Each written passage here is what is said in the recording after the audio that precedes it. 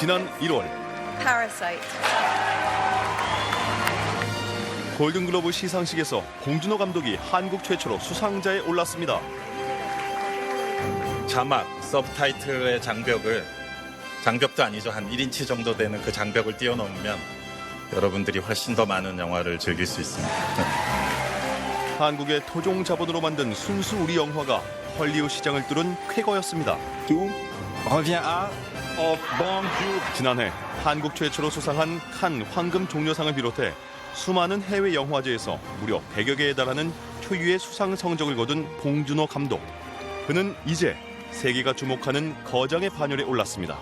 축구를 보면 월드컵에 우승한 거나 마찬가지인 전 세계 영화 역사에서도 대단히 주목하고 거장으로 추앙받는 어떤 그런 그 작품이 나온 것이에요. 우리 영화사의 전무후무한 역사를 쓰고 있는 봉준호 감독. 그의 성과는 단순히 개인의 영광, 그 이상의 의미가 있는데요. 그가 불러온 우리 영화계의 과제는 무엇일지 살펴보았습니다.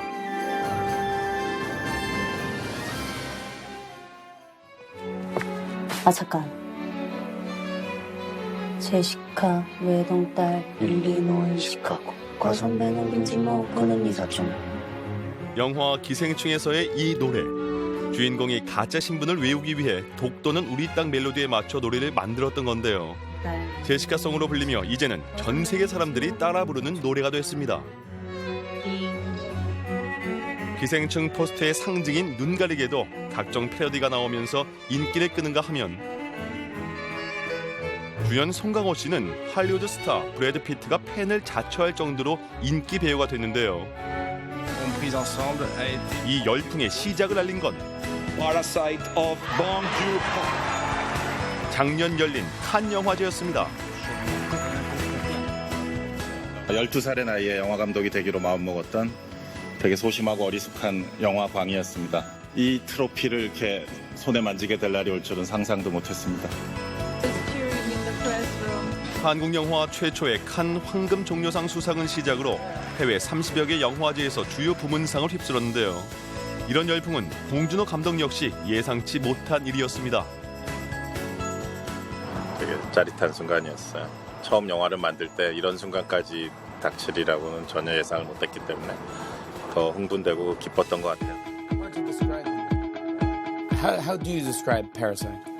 나도 여기서 되도록 말을 안 하고 싶어요. 스토리를 모르고 가서 봐야 재밌거든요. 특유의 유머 화법도 인기에 한몫했는데요. 설국 열차에 출연했던 세계적 배우 크리스 에반스는 사랑할 수밖에 없는 남자라며 봉준호 감독에 대한 애정을 드러내기도 했습니다. 팬층은 급격히 늘어났고 트위터를 중심으로 봉하이브로 명명되는 팬덤도 발생했는데요. 심지어 미국의 한 대학에서는 봉준호 특집 강좌가 개설되기도 했습니다. 특히 해외에서 주목하는 건 봉 감독 특유의 영화 문법. 봉준호가 곧 장르라는 말까지 나왔는데요. 그 정점에 있는 작품이 바로 기생충입니다. 빈부격차를 다룬 영화는 수없이 많아요. 그런데 봉 감독은 그것을 정색하고 말하지 않습니다. 재밌고 능청스럽게 말해요. 그러면서도 우리가 부자라는 사람들에 대한 고정관념을 뒤엎죠. 봉준호 같은 장르를 만든 사람은 없어요. 봉준호의 최대 장점은 기존 장르의 틀에 갇히지 않는다는 건데요. 혀를 찌르는 상상력에서 나온 새로운 이야기로 인간애와 유머, 서스펜스를 넘나드는 복합적인 재미를 선사하고 있습니다. 그러면서도 사회를 향해 질문을 던져왔는데요. 대중성에 대한 고민 역시 놓지 않았습니다. 훌륭한 작품을 만들기도 해야 되지만 결국은 그 관객들과 공감하고 관객들이 많이 영화를 보게 하는 것, 그거를 절대로 놓쳐서는 안 되는 거구나라고 하는 거, 이런 것들을 이렇게 은연중에 많이 드러내는 모습들을 봤습니다.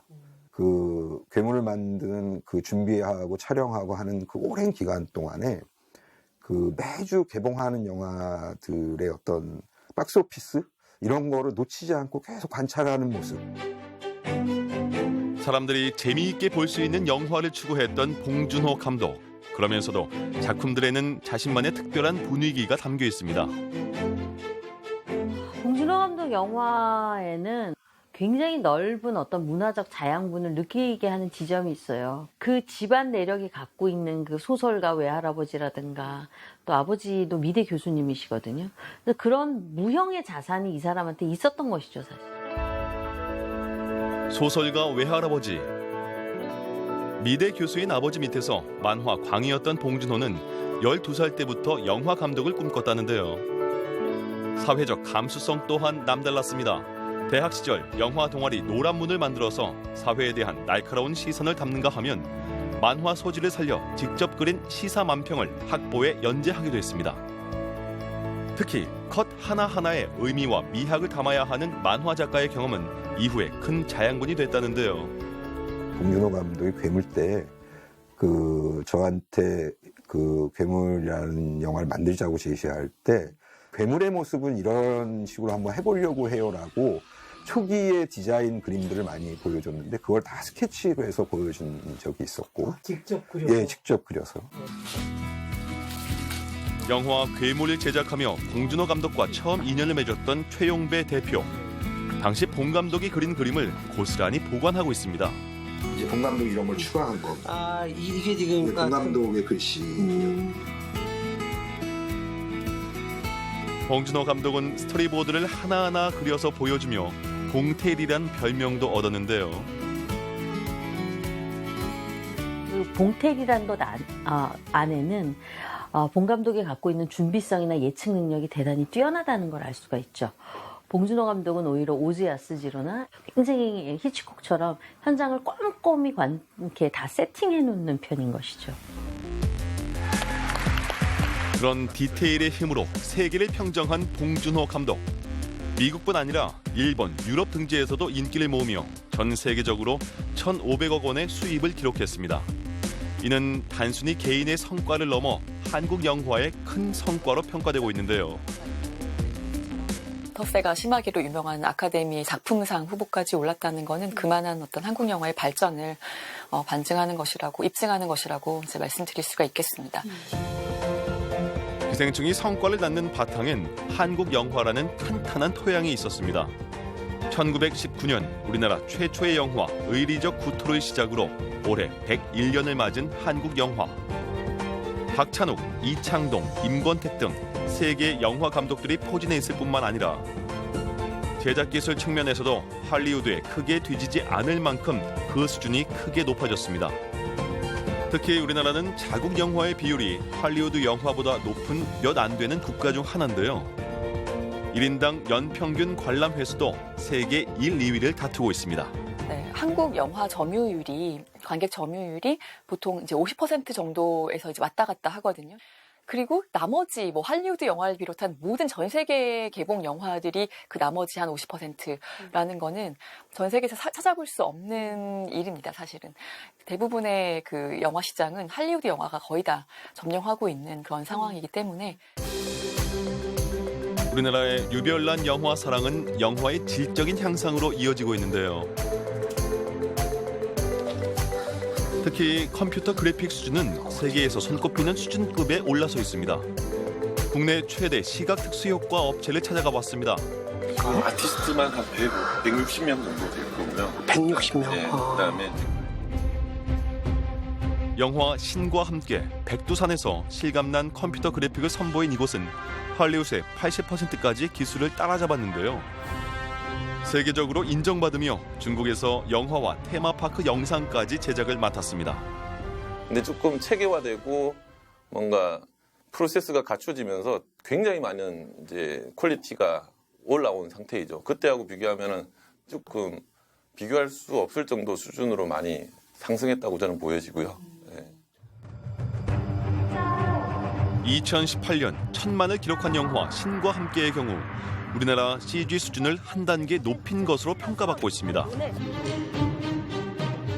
해외에서도 흥행 열기를 이어가 아시아 전킷이 진행됐었던 대만에서는 개봉 첫 주 580만 달러의 수익을 기록하기도 했는데요. 영화 수준이 높아지면서 국내에서도 흥행작이 이어졌습니다. 특히 작년엔 국내에서 상영한 1,000만 영화가 처음으로 무려 5편이 나왔는데요. 전문가들은 이를 어떻게 평가할까요? 바람직한 현상이 아니죠. 더더군다나 왜 2019년에 위기감이 높아졌냐면, 그러니까 지금까지는 천만 영화들이 과거 80년대, 90년대를 거쳐 창의적 아이디어를 가진 분들이 상업적인 것과 만나서 만들어낸 결과였다면, 앞으로 나오게 될 천만 영화들은 오히려 천만 영화만을 노리고 이 시스템 안에서 구조를 잘 활용해서 나온 작품일 확률이 높다는 거죠. 양극화의 문제라는 게 천만 영화의 구조와 굉장히 밀접하다는 걸 모든 사람들이 눈치를 채버린 거죠. 흥행 영화가 증가하는 건 마냥 반길 수만은 없다는데요. 소위 대박 영화와 쪽박 영화로 나뉘는 양극화를 심화시킬 수 있기 때문입니다. 실제로 전체 관객이 해마다 일정한 상태에서 대박 영화에만 관객이 몰릴 경우에 다른 영화는 고스란히 피해로 이어질 수 있습니다.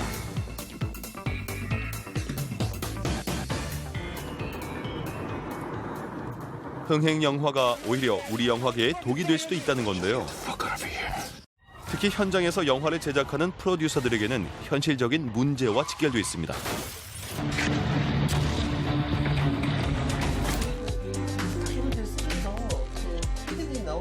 천만 영화는 또 엄청나게 많이 늘어났음에도 불구하고 200만, 300만, 400만, 500만을 봐주는 영화들이 별로 없습니다. 이 밑바탕이 조금 베이스가 올라와줘야 그래야 영화들이 좀 더 다양하게 시도해볼 수 있다라고 생각하거든요.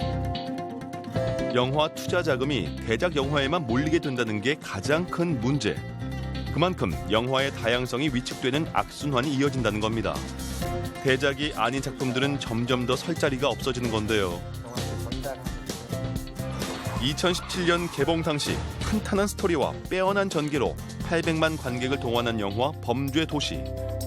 오랜 무명 생활 끝에 이 영화로 주목을 받기 시작한 강윤성 감독 역시 어려워진 현실을 실감하고 있습니다.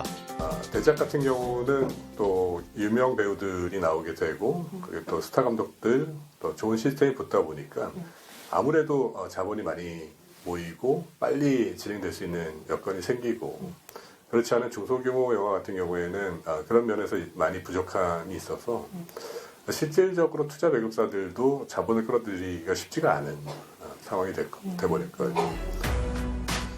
극장에 상영하기 위해선 투자를 받아야 하는데요. 그러다 보니 점점 더 대중이 원하는 장르와 소재로 편중될 수밖에 없는 것이 현실입니다. 여기에 스크린 독과점 문제까지 겹쳐 웬만한 영화는 사실상 설 땅이 없다는데요. 한국 영화라고 말씀드리면은 200편이 넘게 만들어지고요. 그래도 한 400~500개가 이상에서 영화를 상영하는 그런 영화들은 사실상 100여 편이 되지 않는다라고 보시는 게 맞을 것 같아요. 한국 영화로요. 열심히 만들어도 상영되지 못하는 경우가 대다수. 인기 영화가 스크린을 독점하기 때문입니다. 전국 2,760여 개 스크린에서 겨울왕국 2의 상영 점유율은 63%. 어벤져스 엔드게임은 80.8%에 달했습니다. 이대로 지속된다면 더 이상 한국 영화의 미래가 없을지도 모른다는 위기의식마저 높아지고 있는데요. 봉준호 감독과 함께 세계 엔터테인먼트 리더 500대 인물로 뽑힌 오석근 위원장. 그는 어떻게 생각할까요? 그러니까 일단 스크린 독과점을 쉽게 이야기하면은 책방에 갔는데 그 책방에 80%가 한 책으로 깔리고 나머지 10%, 20%가 다른 책에 깔려 있다고 그러면은 그게 상식적으로 그게 말이 되는 건가. 프랑스 같은 경우는 한 극장이 30% 이상을 한 영화를 틀지 못하게 돼 있어요. 한 영화가 한 극장의 스크린 3개 이상 잡으면 불법인 프랑스처럼 우리도 규제가 필요하다는데요. 스크린 독과점 문제를 바로잡을 법안 마련이 시급하다는 겁니다. 오후 1시부터 오후 11시까지의 이제 한 영화를 극장에서 50% 이상은 틀지 않게끔 이런 부분을 이제 절충을 하셔가지고 법안을 국회에 제출을 했는데 아직 통과가 안 되고 있습니다. 그래서 이러한 부분들은 우리 영진이나 영화계로 본다고 그러면은 지금 이 스크린 독과점에 대한 규제에 대한 부분은 제 1순위로 해서 좀 빨리 풀어야 될 난제 중에 난제고요. 오랜 문제 제기에도 불구하고 법안은 국회에 계속 계류된 상태. 시장 자율에 맡겨야 한다는 반론도 만만치 않은데요. 그 속에서 영화계의 발전을 걱정하는 목소리는 더욱 커져가고 있습니다. 근데 문제는 요즘 영화들에는 그 90년대 엉뚱함과 기발함이 있는 영화가 적다는 거죠. 기이하게도. 지금의 시스템 안에서는 굉장히 규격화된 시나리오와 장르적인 관성과 그 다음에 그것들이 어떻게 관객을 모으는지에 대한 어떤 내부적인, 즉 배급사 입김이 굉장히 센 편이잖아요, 일단. 그래서 그 룰 안에서 예외적인 움직임들이 있다면 다 탈락해버리는 것이죠. 이 어떤 영화 문화라는 산업이 계속해서 발전해 나가려면 블록버스터뿐만이 아니라 저예산 영화들, 독립 영화들, 아주 신선한 발상의 아이디어를 가진 다양한 주제의식을 가진 작품들이 많이 만들어져야 또 상업 영화도 더 좋은 작품이 만들어질 수 있는 것이거든요.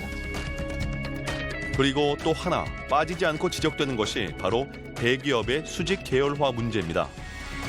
제작, 배급, 상영을 모두 대기업이 독점하는 구조가 문제라는 건데요.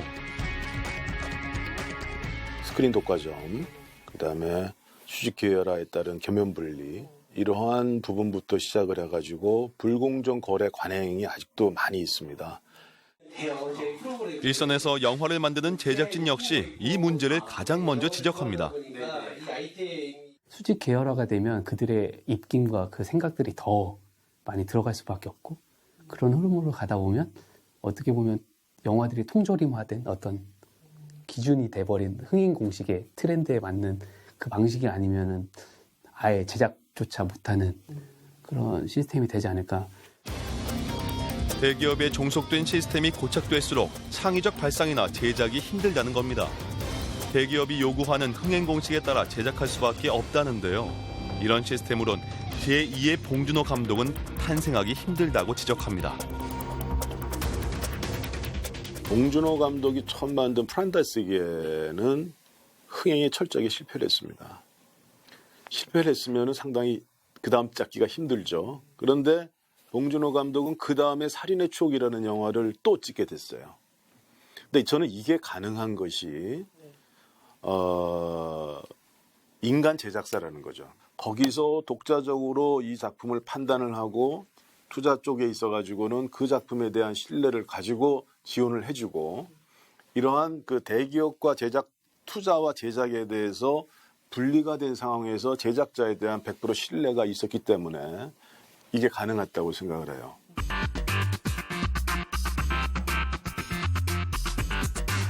대기업의 수직 계열화 문제가 지적될 때마다 해법으로 거론되는 사례는 1948년 미국의 파라마운트 판결입니다.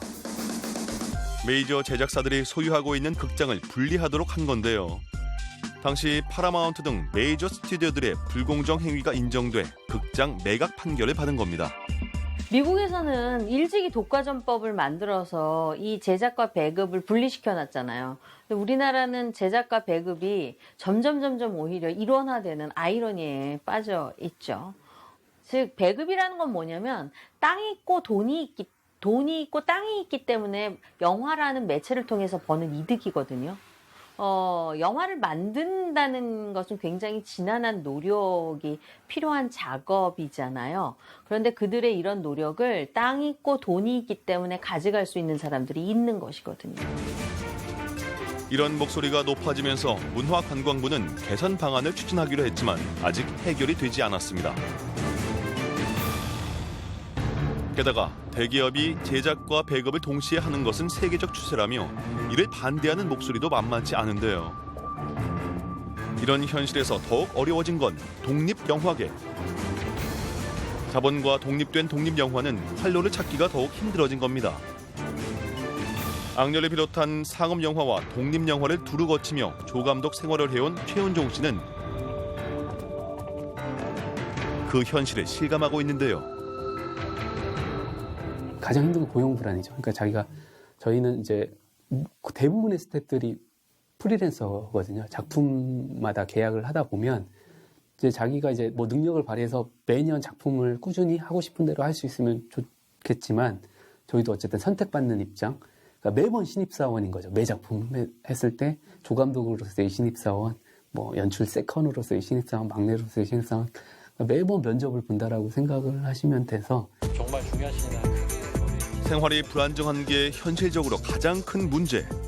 감독뿐 아니라 다른 기술 스태프도 사정은 다르지 않습니다. 이게 1년에 뭐 저희 영화 일을 하는 게 내가 열심히 할게요 이러고 1년 12달 일할 수 있는 이 작업 특성상 그렇다 보니까 저 같은 경우도 뭐 어떻게 많이 하려고 해도 12달을 꽉 채우지 못하거든요. 저도 뭐 10달, 11달 많이 하는 편이다 그러는데 그동안 최저임금이 오르고 주 52시간 제도가 도입되는 등 사회가 변화함에 따라 영화계도 형편이 좀 나아지긴 했지만 현실은 아직 어렵기만 합니다.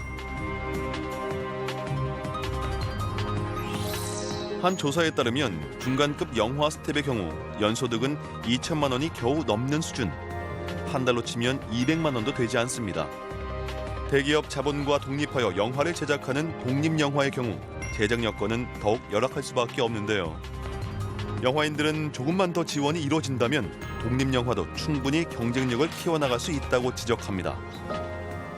독립영화계 기생충이라고 불리며 해외에서 수차례 상을 휩쓴 영화 벌새가 대표적인 사례인데요. 벌새의 성공은 많은 의미를 담고 있습니다. 벌새 같은 경우도 독립영화로서는 뭐 아주 높은 수치인 10만도 훨씬 넘었었고 어쨌든 다양성 영화들은 분명히 산업이 조금 도와지면은 분명히 잘 될 수 있고 한국은 그런 거를 받아들일 수 있는 우리나라 경우 받아들일 수 있는 관객층이 분명히 있다고 생각이 되거든요. 너 미친 거 아니야? 미안하다. 1994년 사회적 사건 안에 깃든 개인의 갈등과 고민을 치밀하게 그려낸 벌새. 깊이 있는 영화는 국내는 물론 해외에서도 성공할 수 있다는 가능성을 보여줬습니다. 이러한 성과를 위해선 또 다른 조건도 필요하다는데요. 웃긴 건 그들이 영화학과 출신이 아니라는 거예요. 90년대 영화가 붐을 이루면서 수많은 영화학과가 만들어졌지만 그들은 모두 다 인문학 전공자들이에요. 그것이 무엇을 의미하겠어요? 무용하다고 생각해서 항상 같이 절하하는 인문학이 결국 영화의 근간이라는 것이죠. 그건 결국에는 인문학적인 소양이겠죠. 역사를 공부해야 되고 철학을 공부해야 되고 인간이 뭔지 인생이 뭔지 이걸 알아야 어린 학생들도 거기에 대해서 좀 더 탐구를 하고 깊이 있는 발상을 내놓고 모든 상상력과 아이디어는 거기서 나오는 것이거든요. 영화인들의 인문학적 소양을 높이는 것이 무엇보다 중요하다는 겁니다. 올해로 101년을 달려온 한국 영화. 앞으로 100년을 준비하기 위해서는 특히 이야기를 좌우할 유능한 시나리오 작가들을 키우는 것 역시 중요할 수밖에 없는데요. 영화사에서는 본인들이 기획하는 장르들이 있거든요. 그러니까 거기에 맞춰서 쓸 작가를 구하거든요. 그러니까 작품을 구하는 게 아니라 작가를 구하는 시스템으로 가기 때문에 작가들이 자기 오리지널 시나리오로 영화될 가능성이 많이 떨어지죠. 이걸로는 돈을 좀 벌 수 없을 것 같아라고 사전에 판단한 영화들은 제작이 들어가기가 쉽지가 않고요. 그 기준으로 인해서 다양하게 만들어질 수가 없죠. 제작부터. 이대로 가면은 언젠가 한 번은 고사하지 않을까 이렇게 생각이 들어요. 네. 안타깝게도 현실은 마음껏 상상하고 글을 쓸 환경이 아니라는 겁니다. 영화사의 요구에 맞춰 작업해야 하는 일이 대부분이기 때문입니다. 역량 있는 작가들을 키워내기 위해선 꼭 필요한 과제도 있다는데요.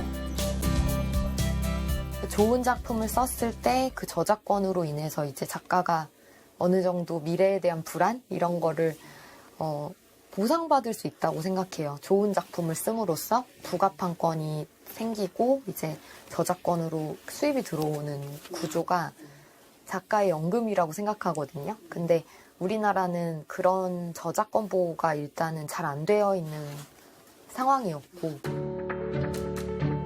이제 주목받기 시작한 한국 영화. 하지만 아직 갈 길이 멀기만 한데요. 이러한 문제를 하나하나 해결하는 것부터가 중요합니다. 저는 모든 영화의 힘은 물론 스타일이나 이제 감독의 뭐 작은 디테일 같은 데서도 나올 수 있지만 기본적으로 시나리오에 있다고 보거든요. 그래서 이 어떤 기획 개발 단계에서의 시나리오 개발, 좋은 아이디어 이런 것들에 대한 투자는 조금 더 이루어져야 될 부분이라고 생각합니다. 해외에서 한국 영화 바람을 일으키고 있는 봉준호 감독. 하지만 이러한 성과가 계속 이어지기 위해선 많은 영화인들의 목소리에 귀를 기울여야 할 필요가 있습니다. 봉준호 감독의 그것에 우리가 도취할 게 아니라 지금 허리 졸라매고 뒤돌아보고 끌고 가야 될 지금 좋을 때가 가장 위기이기 때문에 저는 그렇게 생각을 합니다. 영화를 하고 싶어하는 젊은이들이 정말 많아요. 어떤 방식으로든. 그러니까 이들이 모든 좌충우돌 하면서 경험할 수 있는 여러 바탕이 좀 만들어졌으면 좋겠다. 그게 곧 아마 차후 100년 후에 한국 영화를 돌이켜봤을 때 굉장히 중요한 씨앗이 되지 않을까 싶어서 신인 발굴과 새로운 어떤 진입하고 있는 그런 어린 세대들에게 많은 기회와 지원이 좀 주어지면 한국 영화 미래는 가능하다고 봅니다. 앞으로 제2, 제3의 봉준호를 탄생시키기 위해 향후 100년을 준비해야 할 시기. 과제는 이미 나와 있습니다. 그것을 하나하나 어떻게 해결하느냐는 이제 우리 손에 달려 있는데요. 한국 영화가 주목하는 지금이 바로 그 절호의 타이밍입니다.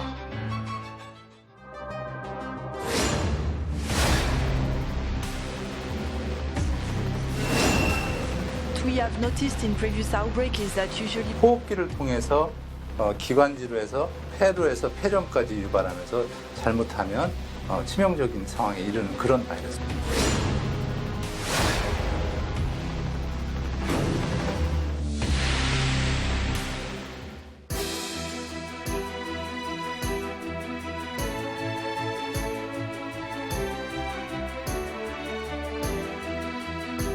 한국 영화 100년.